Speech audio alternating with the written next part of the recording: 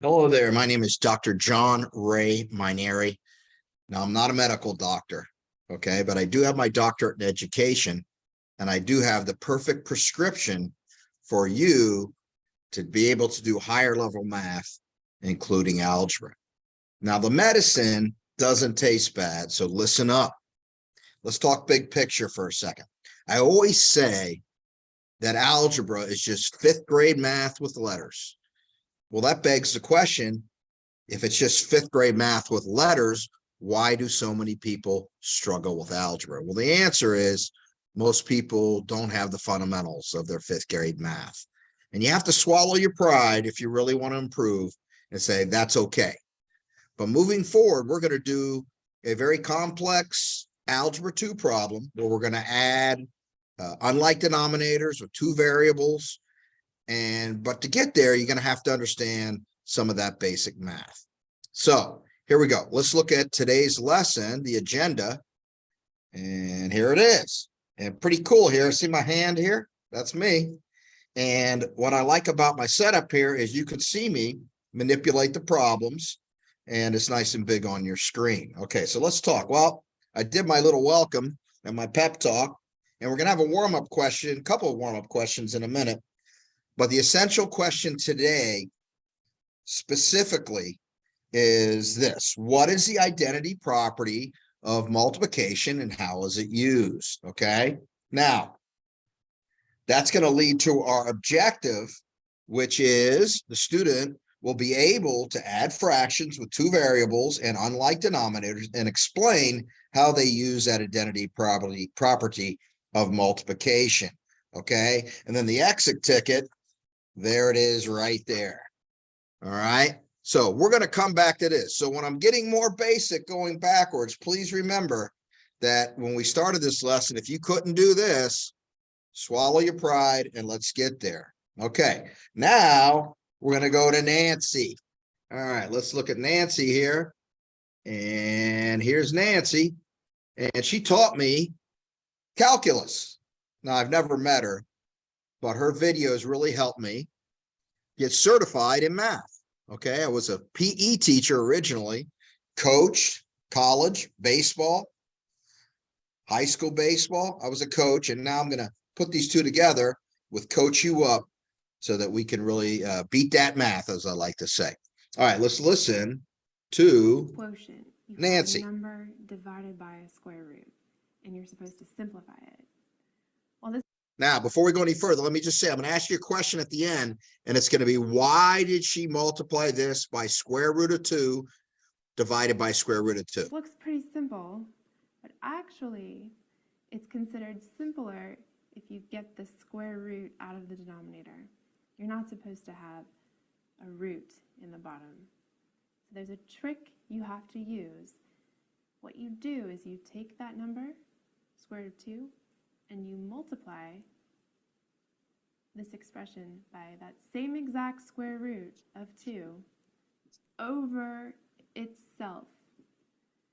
So you take what's in the bottom, root 2, and you multiply it by root 2 over root 2.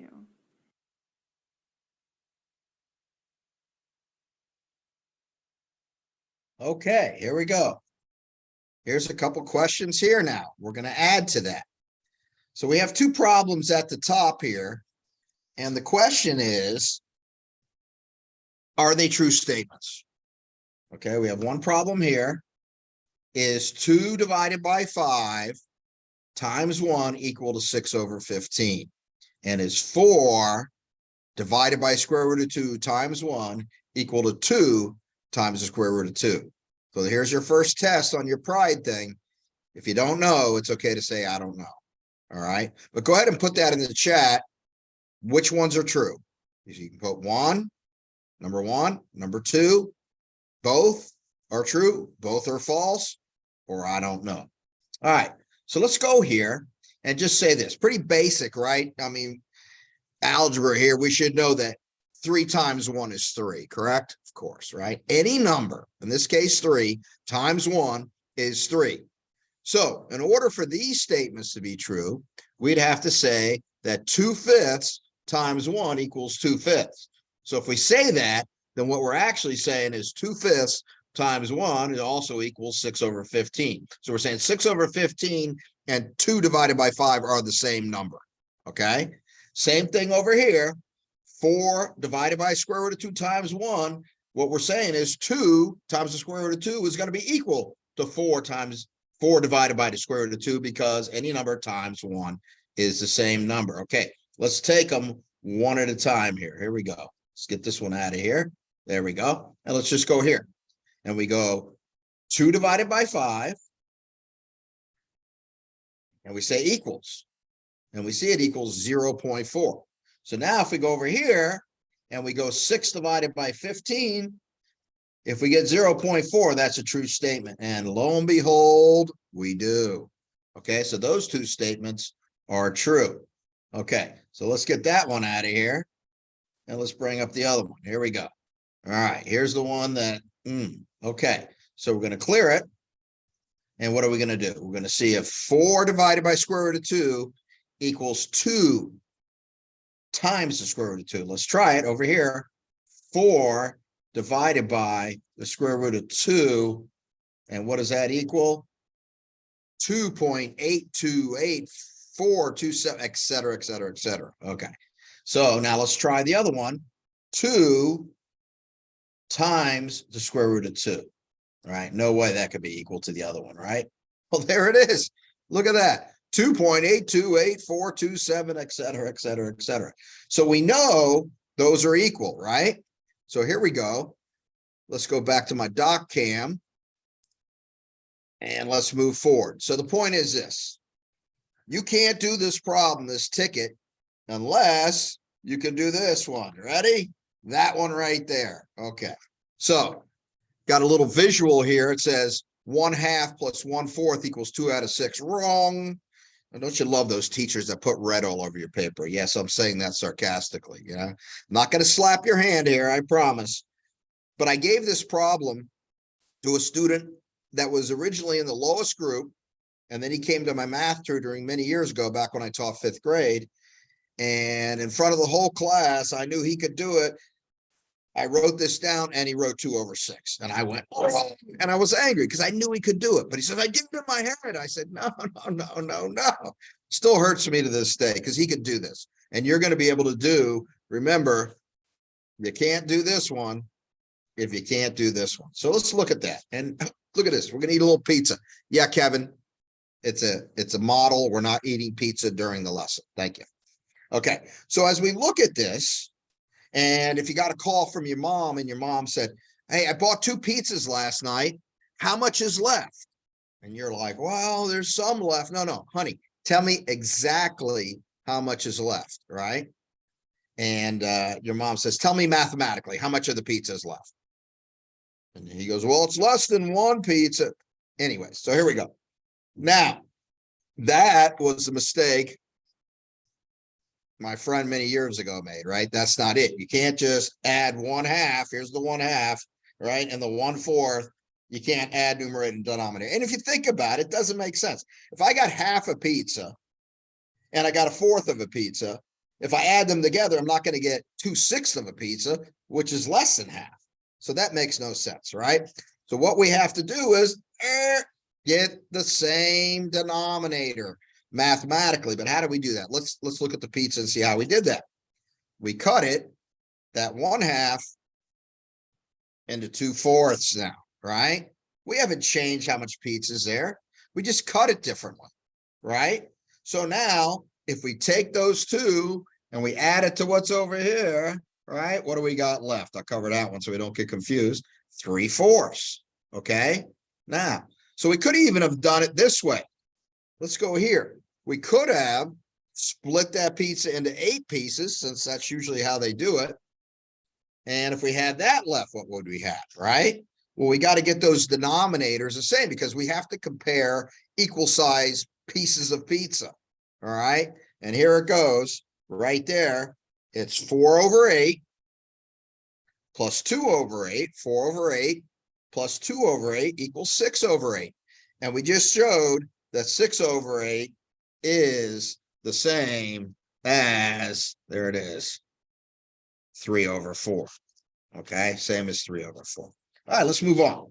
So again, here we go. All right, so I have a saying that I always do, whether I'm teaching algebraic fractions or I'm teaching 5th grade fractions, okay? Get it the same, keep it the same. Get it the same, keep it the same. Well, the question is, what is it?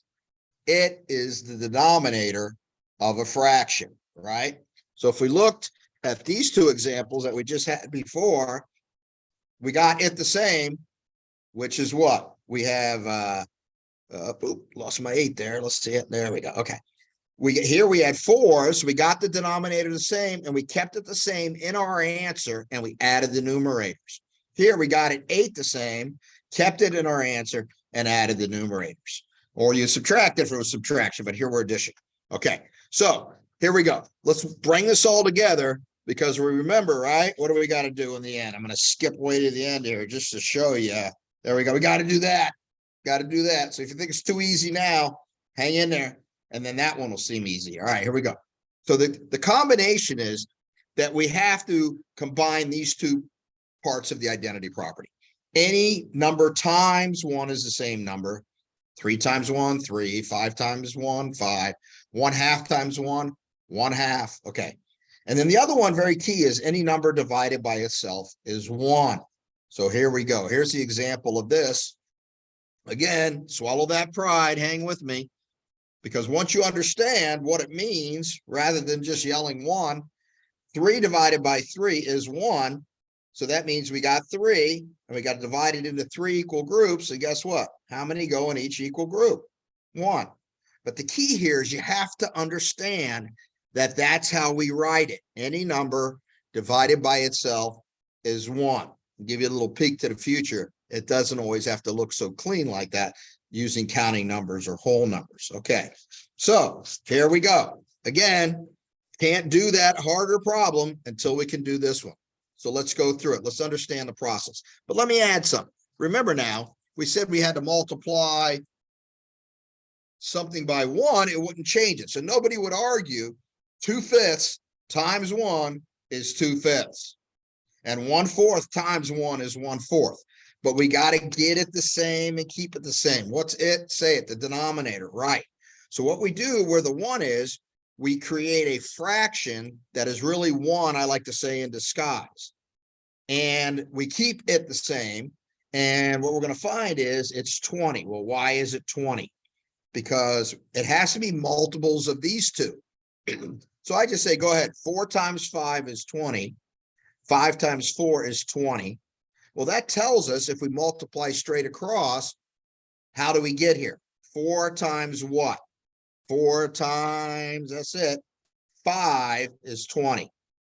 Well, guess what? This has really got to be the number 1, right? So if we follow this rule right here, any number divided by itself is 1, then we have to have that same number up top. So that's got to be 5, right? 5 times what is 20? Look, it was right here, 5 times 4. Not hard. Put a 4 there, right? But again, it's got to be 1. So we put a 4 here. Now we multiply across. 2 times 4, that's 8. 1 times 5 is 5. Did we get it the same? We sure did. We keep it the same in our answer. And here we add 8 plus 5, 13. Bam, nailed it. Okay. Now, same process, but we're going to do algebra. Here we go. All right, let's do it. Here we go. 3 over 2x plus 1 over 7y. Now, you're normally going to see this written horizontally, but you need to stack them like this vertically. Okay, what are we doing? We need to get a common denominator. How did we get it in the problem before?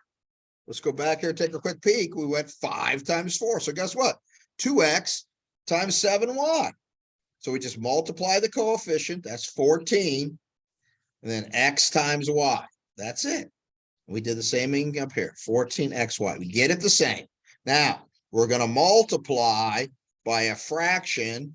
You got it. Good job, Kevin and Beth. I heard you both calling out, right? They got to be equivalent to 1. So again, let's go back to our quote easy problem. We multiplied 5 times 4. So 5 went here, 4 went here in the denominator. Let's do the same thing. Let's take 2x and put it right there. And take 7y and put it right there. Why? Because 2x times 7y is 14xy. 7y plus 2x, 14xy. But it's got to be equal to 1. Any number divided by itself. So here, yeah, we went 5 over 5. We just have to put the same number in the numerator. Because now we won't change the value, because the rule says right here, rule number 1, any number times 1 is the same number. So now when we multiply across, 3 times 7, 21y. Okay, we'll do this one in a different color here. 1 times 2x, 2x. Okay, so get it the same, keep it the same. What's it? The denominator. So our answer has to be that in the denominator. Now all we got to do is add these two. Okay, basic pre-algebra. Once you know it, it's going to be easy. You just got to put these two numbers together. 2x plus 21y. You don't know what x and y are, so you can't go any further than that.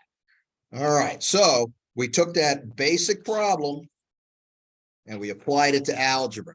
Okay, your turn for the exit ticket. Okay, we're going to pause the video for a second and come back. Hey, we're back already. Okay, it seemed like, boy, time flew there. Okay, did you get it right? Let's see. There we go. So here's your answer. Let's see if you got it right. See it here. Okay. All right, here's your answer. If you got it, congratulations. If you didn't, hang in there, you'll get it. But if you see it, what we did, got numbers, fractions equivalent to 1 by multiplying the denominators, putting it here, etc. Okay. Okay. All right. And let's just go for it. Let's go back to Nancy. What was that question? Why did she go multiply this by square root of 2 over square root of 2? Right? Good. Somebody got it. All right. Because she really multiplied by the number 1. Now, we're not going to go through this right now in this lesson, but we will later, and we'll see that we will get that answer. So here we go. Back to those questions we looked at. So somebody guess and tell me what's under there. Good. 5 in the denominator. No, I'm sorry. 5 in the here we go. What do we got? No. I'm backing up here. I'm getting too fast. Slow down, John. This number times this number. So 5 times what is 15? 3. That means what's in the numerator? 3. 3 over 3. Here, what did Nancy multiply? Square root of 2 over square root of 2. All right. Great lesson. I hope I kept it short enough. Thank you for coming, and I'll see you next time.